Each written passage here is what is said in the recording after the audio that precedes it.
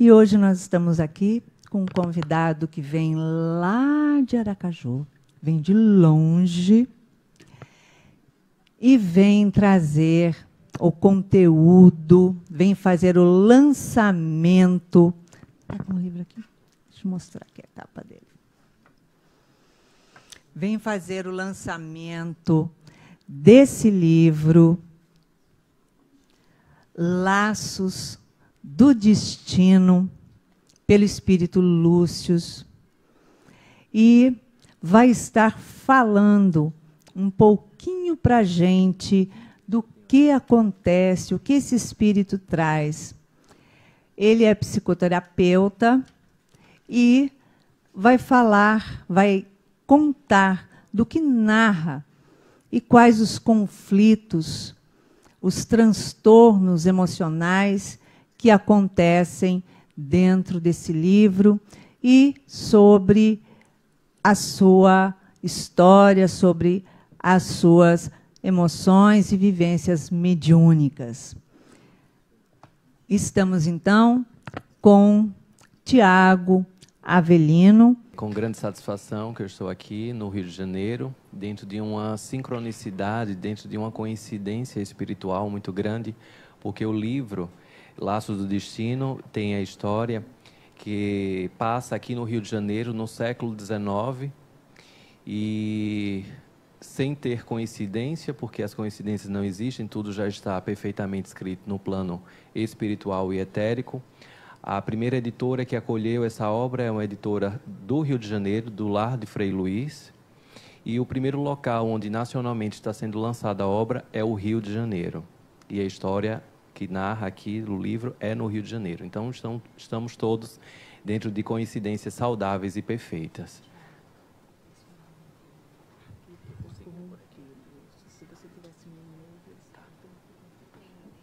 Não, fica com ele, eu fico por aqui mesmo, tá?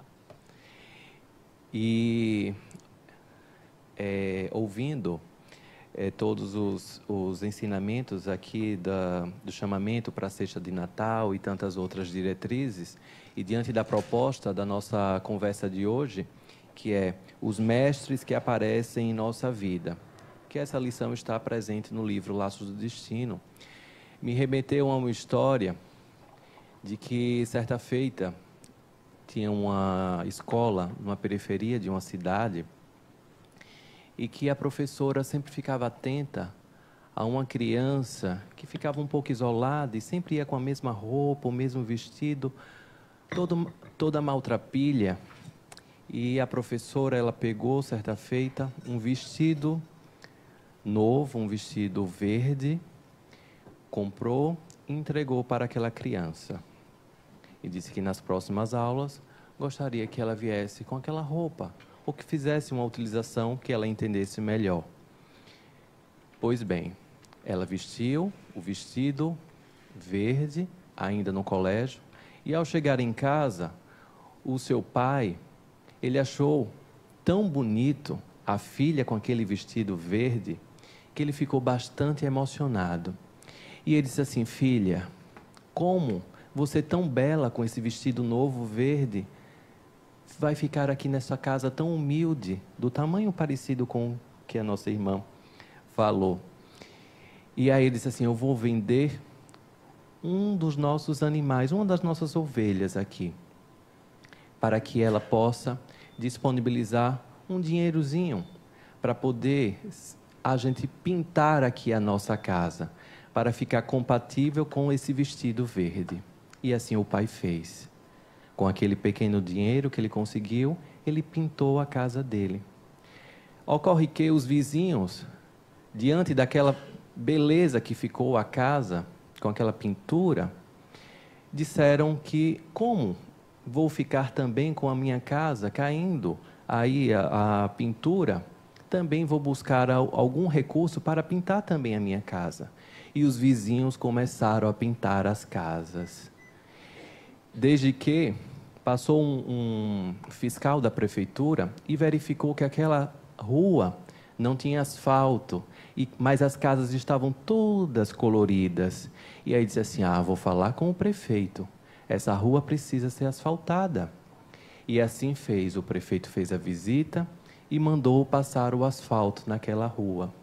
Mas aí também a empresa da iluminação disse: mas essa rua só vai ficar bela e essas casas só vão ficar mais evidenciadas se houver maior iluminação.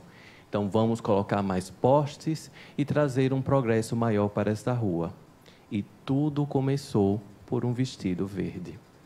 Então, diante dos mestres que aparecem na nossa vida, acredito que cada um de vocês pode refletir agora alguns mestres que oportunizaram alguma coisa para vocês. Nessa história que eu contei, foi um vestido verde que provocou a mudança da família, a mudança do bairro, a mudança da cidade e tantas outras estruturas.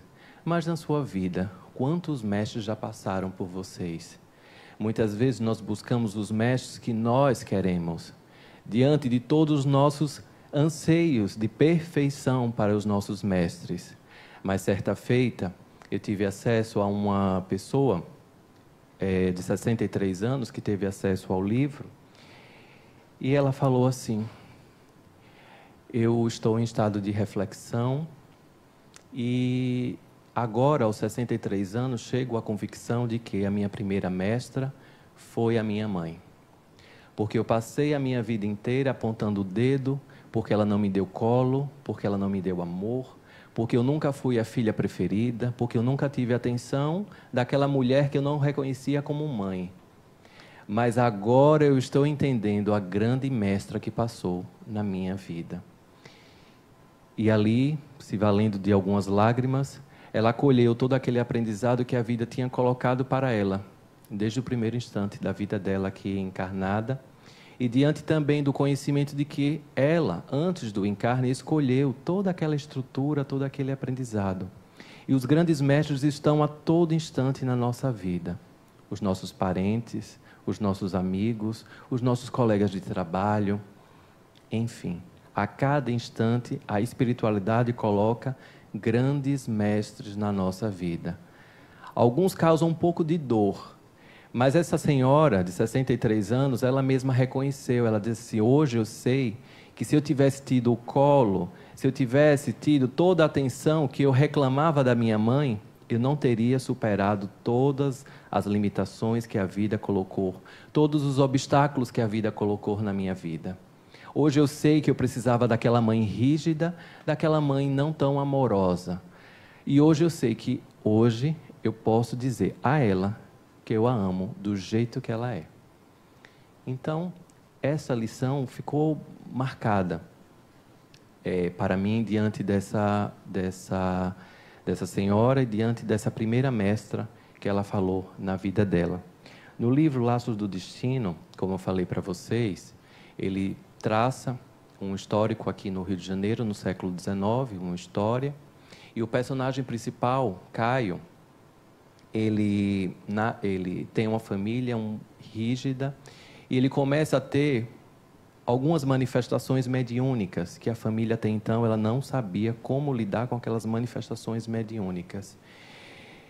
E em uma sociedade, à época do século XIX, alguns diziam que era um caso psiquiátrico, outros diziam que era um caso de possessão. Ninguém sabia ao certo o que estava acontecendo.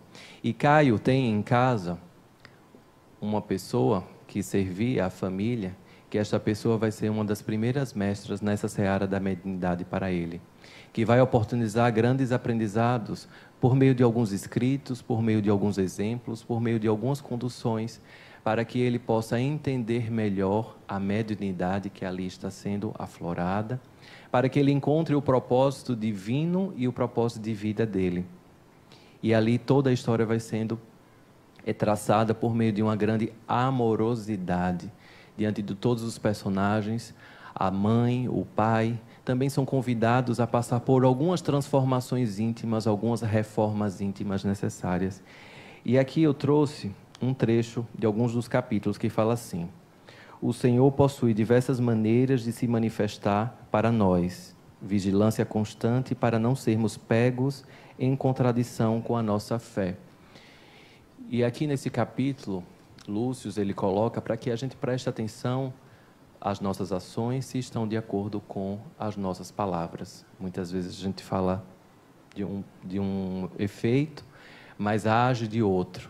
Então, que a gente preste atenção efetivamente o que nós estamos falando, o que nós estamos prometendo para nós mesmos e o que nós estamos fazendo efetivamente. Que não percamos essa grande oportunidade que é estar encarnado.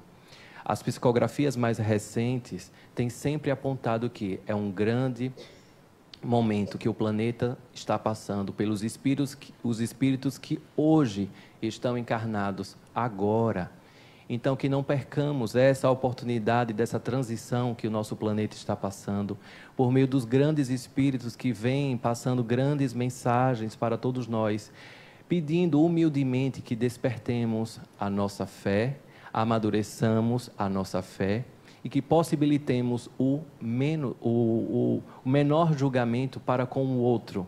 Reconhecemos esses mestres, reconhecer os mestres que habitam na nossa vida é não julgar tanto, mas prestar atenção nesse mergulho infinito que a espiritualidade pede para que a gente faça para dentro de todos nós. Então, que esse mergulho possa servir não buscando uma perfeição infinita, mas buscando um fluxo perfeito de um equilíbrio. Hoje pela manhã, em um outro local, eu contei uma história de que, certa feita, em uma empresa, tinha um funcionário que, na hora do almoço, ele sempre se afastava. E os outros funcionários não entendiam o que estava acontecendo ali com aquele funcionário. E aí, por conta disso, ele era recriminado por conta dos demais funcionários, porque constantemente, durante o almoço, ele se afastava e nunca interagia com os demais funcionários. Eis que chega a época do Natal, a empresa ganha um grande peixe, e aí o gerente tem a ideia de repartir o peixe e distribuir para todos os funcionários. E aí o gerente fala assim, para aquele funcionário que sempre fica isolado, vamos deixar o pior pedaço. Vamos deixar o pior pedaço. Ele não interage com todos os outros funcionários, então eu vou deixar o pior pedaço para ele. Então o presidente da empresa, no ato da entrega dos pedaços do peixe, o presidente oportuniza que cada um dê um pouco de uma palavra, fale um pouco. E é aquele funcionário excluído pede a palavra e diz, hoje é o melhor dia da minha vida. Porque hoje eu tenho certeza que a minha família vai comer. Porque durante muito tempo eu me isolei porque somente farinha eu tinha para comer. Porque todo o meu salário está indo para o tratamento da minha esposa. E por conta disso eu não tinha o que comer. E toda a minha família, durante um longo tempo, está comendo somente farinha. E aí os funcionários emocionados, diante da grande situação que estava ali, diante do julgamento equivocado, todos os funcionários entregaram todos os pedaços do peixe para aquele funcionário que aparentemente estava em um equívoco de conduta, mas na realidade ninguém o perguntou do porquê dele estar agindo daquela forma. Então, muitas vezes a gente age com alguns mestres da nossa vida, exigindo perfeições, condutas que a gente desconhece o que está por trás daquele comportamento. Então, que sejamos mais amorosos com todas as pessoas que habitam na nossa vida. Que possibilitemos que o outro fale a história, o que está acontecendo para o outro, porque a espiritualidade ela distribui a amorosidade sempre para nós. Mensagens, literaturas, todo o aconchego de uma casa espiritual, tratamentos numa casa espiritual. Isso tudo de uma maneira muito amorosa, sem perguntar a nossa história, sem perguntar qualquer tipo de situação que estamos passando em termos de julgamento. Todas as casas elas recebem ali a cada um de acordo com o que está precisando. Então que prestemos atenção aos sinais e aos nossos atos e comportamentos, para que possamos ter uma fé dentro de uma inteireza, para que possamos ter uma fé real, uma fé que possibilita que a espiritualidade encontre portas abertas na nossa alma. Porque muitas vezes a gente pede, a gente se coloca à disposição de tratamentos espirituais, mas as nossas portas da alma estão todas fechadas. É preciso que alguma porta seja aberta para que todo esse transformar seja real na nossa vida. Então, o livro Laços do Destino, nesse capítulo, traz lições fantásticas diante desse despertar efetivo da nossa alma.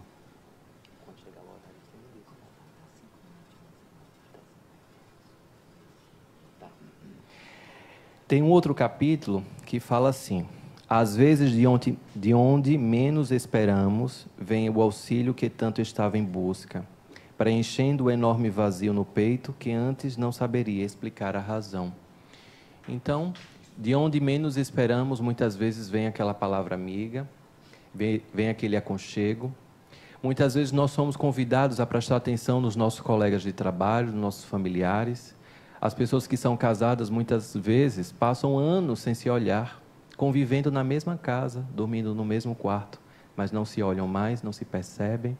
Às vezes, colegas de trabalho não têm a sensibilidade de enxergar a dificuldade que, às vezes, o outro está fazendo. Não significa que você vai ter que resolver o problema do outro, mas seja sensível.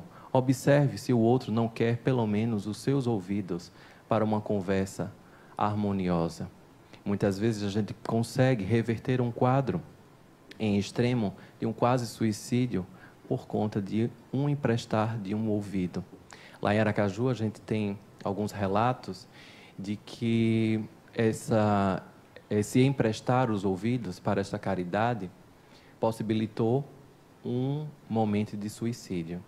Então, é prestar atenção naquele mestre que está ali ao nosso lado, diante daquele quadro de sombras da alma, para que a gente consiga não convencê-lo a nada, mas mostrarmos que ainda existem caminhos a serem trilhados e que a espiritualidade coloca, como aqui nesse trecho fala, que sempre há pessoas ao nosso lado para nos ajudar.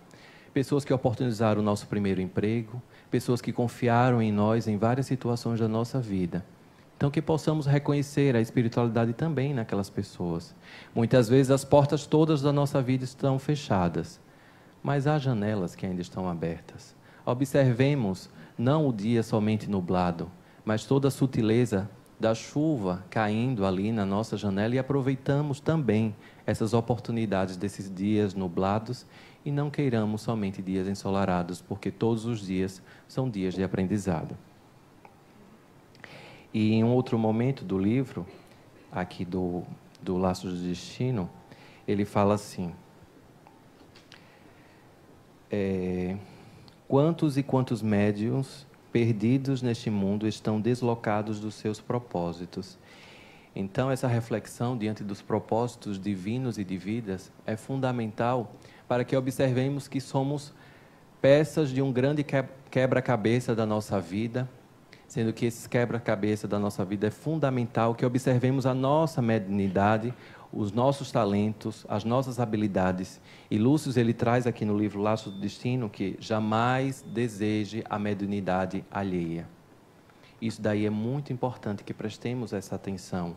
Jamais desejar a mediunidade alheia, porque o outro tem aquilo que efetivamente ele precisa para trilhar nesta oportunidade do reencarne, assim como você também tem as suas habilidades dentro da sua mediunidade, ainda não educada ou já um pouco mais educada, cada um dentro dos seus patamares, mas é preciso que você reconheça o mestre que está dentro de você. Você como um grande mestre também. Então, quando a gente reconhece isso, a gente sai do estado de deslocamento da alma, deslocamento dos nossos propósitos. Parece que todas as portas estão fechadas, como eu falei, quando na realidade elas nunca se fecharam, mas os meus olhos é que nunca se abriram para a realidade. Então, que prestemos atenção para os nossos propósitos, reclamemos menos e prestemos mais atenção aos sinais que a espiritualidade vai colocando em nossa vida. Esses sinais que são efetivos, que são reais, mas que precisa da nossa atenção amorosa, porque precisamos ser mais amorosos com nós mesmos, porque isso, a espiritualidade, ela é e está sempre ao nosso lado para nos guiar e nos conduzir da melhor forma possível, mas precisamos também fazer a nossa parte. Sem fazermos a nossa parte, não haverá milagres, não haverá condutas como se fosse uma varinha de condão para transformar a nossa vida do jeito perfeitamente que a gente quer. Eu estava falando com Iraci que uma das melhores formas de lançarmos o nosso pensamento é que o melhor se manifeste. Lançar as nossas vontades, para que o melhor se manifeste em nossa vida, porque muitas vezes, como nós pedimos, nós somos egoístas e nós queremos que as coisas aconteçam do nosso jeito, no nosso tempo, e não observamos que as coisas acontecem perfeitamente do jeito que a gente precisa, como protagonistas da nossa vida. Então, que a gente possa sair das cadeiras da vitimização, que possamos sair do aconchego da cadeira, que ali todos vêm, para nos acolher diante de um estado de vitimização, de um estado de melancolia eterno, para que não cumpramos a nossa missão, o nosso propósito efetivo aqui na nossa família, no nosso seio de trabalho, nosso seio espiritual, nas microsociedades que vão se aconchegando. Então, que prestemos atenção a todos esses sinais que a espiritualidade vai colocando em nossa vida. E Caio, que é o personagem principal aqui do livro, ele tem uma reflexão em um capítulo que ele fala assim: afinal, a minha mediunidade é punitiva ou é um fluxo natural da espiritualidade? Porque chega um momento que ele não entende o que está efetivamente acontecendo com ele. Por favor, alguém dê uma resposta. E ele acha que, então, aquela mediunidade é punitiva, então estou sendo punido pela espiritualidade ou estou seguindo o fluxo natural do meu propósito, né? Do propósito dele. Então, muitas vezes, algumas coisas vão acontecendo na nossa vida para nos despertar para o que efetivamente estamos precisando, mas não em caráter punitivo, mas em caráter natural de um fluxo perfeito. Porque quando a gente confia, a gente segue com amorosidade os nossos propósitos. Certa feita, lá em Aracaju, nós criamos um espaço de atendimento, e nesse espaço de atendimento, depois de 3 anos, ficou pequeno, e ao lado nós tínhamos uma propriedade que morávamos. E aí um dos mentores da casa lançou uma mensagem dizendo: eu estou precisando da sua casa, porque os trabalhos precisam serem ampliados. E ali, diante do apego natural, a gente precisa da minha casa, então como vai ser, né? E aí a gente lembrou que o apartamento, antes da gente morar na casa, estava alugado. Quando foi buscar na imobiliária, o contrato estava quase que encerrando, então a gente tinha que se pronunciar se queria renovar ou não o contrato. E ali perfeitamente a gente aceitou a proposta da espiritualidade para ampliação e constituir o hospital espiritual que era necessário e tantas outras tarefas que estavam sendo guiadas pelos mentores de projetos sociais, enfim. E foi a melhor escolha que eu fiz na minha vida. Porque graças a isso nós já adquirimos o terreno ao lado de 2.000 metros quadrados e estamos construindo uma casa de sossego para acolher idosos e crianças com paralisia cerebral. Então a espiritualidade utiliza de alguns sinais e nos coloca diante do nosso livre-arbítrio. Agora estou te dando uma oportunidade para que você escolha. Você sai da sua casa, coloca à disposição. O depois eu não vou te dizer, porque aí já seria negociar com a espiritualidade, né? Ainda bem que eu nem perguntei o que viria depois. Eu simplesmente consultei ali o meu coração e, num ato de coragem, seguir o fluxo da espiritualidade. Porque ou a gente está inteiro, ou a gente sempre está negociando com a espiritualidade. Se isso acontecer na minha vida, eu dou o próximo passo. Se isso não acontecer, eu continuo do jeito que está. Então, muitas vezes a gente fica esperando as negociações para que a gente acredite que a espiritualidade está manifestada na minha vida por meio de sinais efetivos diante do que eu quero, das minhas receitas egóicas. Então, que possamos desapegar dessas receitas egóicas e confiar que estaremos onde nós formos necessários. Eu estarei onde for necessário.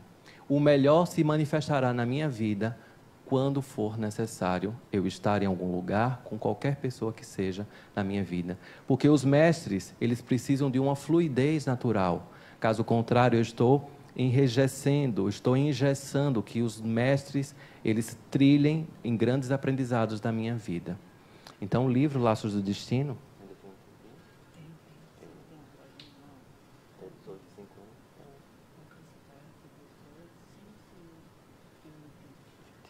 Tá, então ainda temos aqui um tempinho, estava aqui consultando só para deixar tudo disciplinado, porque em falar de disciplina, ao construir esse livro com Lúcio, eu tive um grande aprendizado de disciplina, que eu esqueci de falar no início. Em um dos momentos, geralmente era dia de sábado, às 9 horas, que eu marcava, né? Eu marcava não, era marcado o encontro, né? Que a gente só vai seguindo o fluxo. E aí, às 9 horas, era o encontro, eu cheguei às 9h10, na minha harmonização, sentado para receber as mensagens do livro. Eis que Lúcio, ele fala, por hoje os trabalhos estão encerrados. Eu tomei um susto, porque a gente sempre espera essa amorosidade, os 10 minutinhos a mais, né? É a soneca do celular, né? Que a gente coloca mais os 5 minutos e está tudo certo. Mas a espiritualidade tem muito a fazer. Ela não está à nossa disposição. E aí, quando ele falou que os trabalhos estavam encerrados, eu fiquei um pouco atônito, natural, mas ali eu tive uma aula, em poucas palavras, de disciplina, que a espiritualidade exige disciplina. E ele ainda falou que tantas outras vezes que eu chegasse atrasado, tantas outras vezes ele não iria escrever nada. E aí, o que vocês já acham que eu fiz? 10 minutos antes do horário eu já estava sentado. Lá, me harmonizando, procurando ali, e na expectativa, será que ele vem hoje, né? Por conta daquele outro dia. Mas essas lições são perfeitas na nossa vida, e esse livro ele trouxe essa grande lição de disciplina, de ter disciplina, que eu compartilho com todos vocês. Vou ainda dar tempo aqui de falar mais um trecho. Tem 10 minutos ainda. Tem um trecho que fala assim do livro. O sentimento, para ser sentido, deve estar com o caminho aberto direto para o coração, pois se existe algum tipo de obstáculo entre cérebro e coração, o que será sentido serão reações químicas do próprio corpo. Tem uma personagem do livro que ela fica prostrada em uma cama por conta de uma depressão, a mãe do personagem principal. E é justamente essa reconexão entre o corpo e o espírito, entre o corpo, a mente e o espírito, essa conexão, diante dessa inteireza que ela é convidada para perceber esse mergulho que ela estava precisando naquele momento de quase depressão, no estado, para que ela buscasse entender o que efetivamente ela estava aqui a fazer nesta vida. O que ela estava fazendo nesta vida. Porque ela era uma pessoa sempre passiva às ordens do marido. Estamos falando da figura feminina no século XIX. Então, era uma mulher sempre passiva às ordens do marido. Já tinha esquecido há muito tempo quem ela era, o que ela gostava, o que ela queria. E então ela é revestida por um sonho, diante de uma manifestação da espiritualidade, e por meio daquele sonho, uma mentora espiritual surge para ela, e começa todo um trabalho de doutrinária, levando-a para hospitais espirituais, para tratamentos necessários das feridas da alma, porque muitas dores que ela sentia, não era do corpo, mas sim da alma. Então, muitas vezes nós sentimos dores que nenhum remédio passa, porque precisamos efetivamente desse tratamento da alma. Nós precisamos prestar atenção quem nós estamos, para descobrirmos quem nós somos. A gente só consegue ser quando descobre quem a gente está. Então, a gente precisa fazer essa reavaliação de quem nós estamos, para diante desse nós estamos, verificar quais são os pontos que precisam ser ressignificados. E se precisar de ajuda, que peçamos ajuda. Às vezes a gente fica no autocontrole eterno das nossas atitudes, buscando sempre soluções imediatas por nós mesmos e não temos a humildade de dizer que precisamos de ajuda. Então, se precisar de ajuda, que falemos que precisamos de ajuda. Isso daí é fundamental diante da caminhada espiritual libertadora. Porque a espiritualidade sempre nos coloca por meio das mensagens que estamos aqui para sermos felizes. Estamos aqui para trilhar um caminho de leveza, de oportunidades, de reconstruções de histórias que foram interrompidas em outras vidas, mas estamos aqui diante desses encontros que ninguém aparece ao acaso na sua vida. Que prestemos atenção a esses sinais, que é a proposta da nossa conversa de hoje. Prestemos atenção aos mestres que estão nas nossas vidas. E em uma outra reflexão, fala assim: o inesperado amedronta por demais as pessoas, ainda pobres de espírito. Pessoas essas mergulhadas no mais profundo mundo das aparências e do engano. Certa feita, eu tive acesso a uma frase que era assim: a pessoa é tão pobre, que a única coisa que ela tem é dinheiro. Eu demorei um pouco para entender, mas depois eu fui fazendo uma reflexão. A pessoa é tão pobre, que a única coisa que tem é dinheiro. Somente a matéria, a gente não consegue trilhar um caminho de leveza, de oportunidades. O equilíbrio também na alma, independentemente da religiosidade que cada um acolha, também se faz necessário. Então, quanto mais a gente consegue compreender esse equilíbrio entre o estar na matéria e o vivenciar também a espiritualidade presente em nossa vida, é fundamental.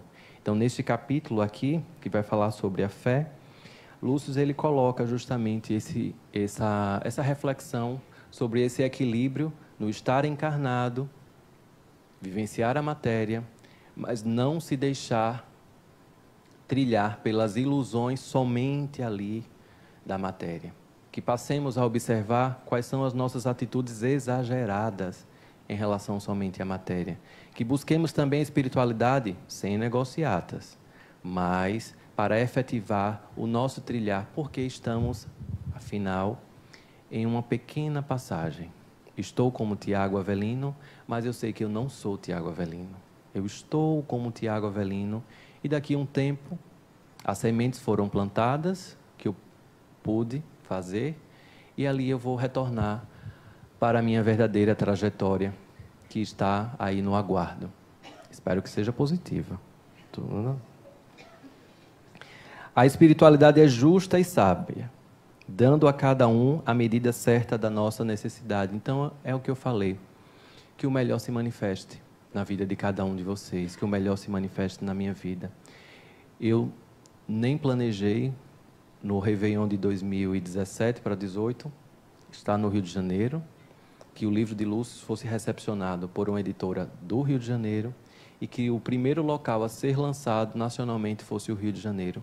E aqui estou, seguindo o fluxo natural da espiritualidade. Porque a gente não precisa ser perfeito, mas sempre está buscando o equilíbrio. Tem um trecho de um discurso do Papa Francisco que ele termina dizendo assim: desculpe, estou em construção. E aí no meu WhatsApp, para não ficar plagiando o Papa, né? Aí eu coloquei: estou em construção contínua. Mudei um pouco aí o que ele falou, né? Para não seguir logo o plágio do Papa, não quero esse peso aí. Mas aí eu refleti, e aqui aproveitando esse trecho do livro, sobre o quanto nós somos cobrados por uma perfeição que nós não precisamos. Ali estamos trilhando um caminho de transformações contínuas. Mas você não precisa ser essa perfeição agora. Estamos aqui imersos no planeta Terra diante de todas essas provas e expiações. Acalmemos o nosso coração. Então, desculpe, estou em construção, então desculpe. E vocês também estão em construção e juntos seguimos essa caminhada da espiritualidade com leveza e tranquilidade, sem exigências, sem apontamentos de julgamentos quaisquer. Que sigamos diante de uma naturalidade das relações, que é isso que o livro sempre vem falando, sobre a naturalidade das relações. Que possamos observar que o outro só dá aquilo que tem e que a gente aceita o outro perfeitamente do jeito que o outro está. E que estejamos ao lado para oportunizar o que o outro quiser e que eu possa também oportunizar para o outro, dentro da minha medida de necessidade e oportunidade, e o outro também. As relações ficam muito mais saudáveis, muito mais robustas, muito mais equilibradas. E um outro trecho fala assim, isso daqui, existem dores no corpo que não passam, olhe para as dores do espírito, então já mencionei, acabei adiantando. E tem um outro trecho que fala assim, tenha certeza de que não estar encarnado por força de vontade alheia à sua. Tudo partiu de você e deve aceitar a atual situação para objetivar melhoras. Então, que a gente observe que tudo que está envolvido na nossa vida, de alguma forma, a gente solicitou antes do encarne. Primeiramente, a nossa família, aquele útero que nos abrigou, todos aqueles trajetos que foram efetivados até vocês estarem aqui no dia de hoje, o dia 1º de dezembro de 2018.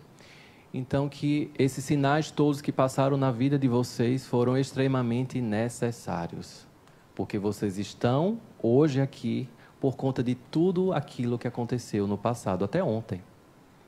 Por isso que vocês estão aqui. Muitas pessoas me procuraram em alguns lugares aqui do Rio de Janeiro, dizendo assim, olha, já tinha alguns anos que eu não vinha aqui para casa. E justamente hoje vem a palestra falando sobre os laços do destino, falando sobre as relações humanas, sobre as coincidências, não coincidências, e que tudo está interligado e que os mestres estão espalhados na nossa vida. Então, realmente, os mestres estão espalhados na nossa vida, porque vocês estão sendo grandes mestres para mim hoje, porque tenho certeza que as nossas almas marcaram esse encontro há milhares de anos e estamos cumprindo perfeitamente, diante do nosso livre-arbítrio, o que nós firmamos há um tempo atrás, em outras encarnações. Tenho certeza que todos nós já estivemos reunidos em vidas passadas, falando sobre assuntos similares como esse, trazendo reflexões sobre a espiritualidade e sobre o bem. Então, chegando ao nosso horário, quero agradecer o acolhimento aqui da casa, quero agradecer a proteção espiritual de Joana de Ângeles, quero agradecer a toda a guiança, todo o aparato espiritual, aos mestres aqui, que bafejaram a amorosidade para que as melhores palavras fossem disponibilizadas para todos vocês. Levarei o olhar de cada um de vocês lá para Aracaju, e na expectativa que possamos nos encontrar, espero que a gente tenha colocado lá no contrato antes, outros encontros também, né? E aí que a gente possa trilhar mais e mais encontros e que possamos trocar energia, possamos trocar bem-aventuranças, possamos trocar amorosidade pelo olhar, pelo abraço. E depois daqui, vou estar à disposição de vocês para dar um abraço, e dar um autógrafo. Lúcio, ele sempre faz questão de personalizar as dedicatórias, então ele vai estar lá também psicografando as dedicatórias para todos vocês. Então, aguardo daqui a pouco para a gente dar um abraço e reconhecer ainda mais esse olhar. Muito grato.